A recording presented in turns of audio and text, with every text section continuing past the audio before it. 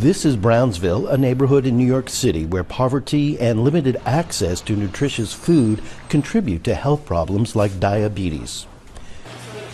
But at this local middle school, the nonprofit New York Sunworks is tackling these challenges through indoor gardening classes that promote healthier eating habits and sustainable ways to provide fresh produce to the community. So we're in 350 public schools. That is 350 farms in the 5 boroughs of New York.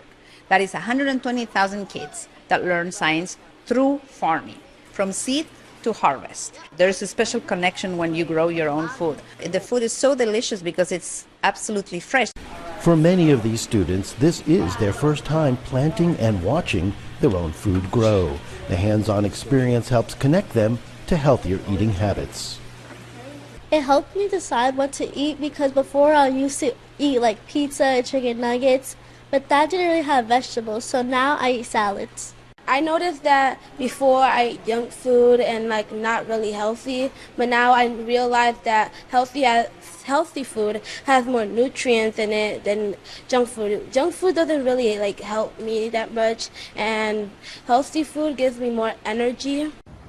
The program is particularly impactful in low-income neighborhoods where access to fresh produce is often limited. 98% of our students live below poverty level and they do not have access to fresh fruits daily. We definitely see students who have diabetes or other food-related illnesses because they don't have access to vegetables and fruits. By bringing agriculture directly into the classroom, these programs are teaching kids not only how to grow their own food, but also how to make healthier choices that last a lifetime.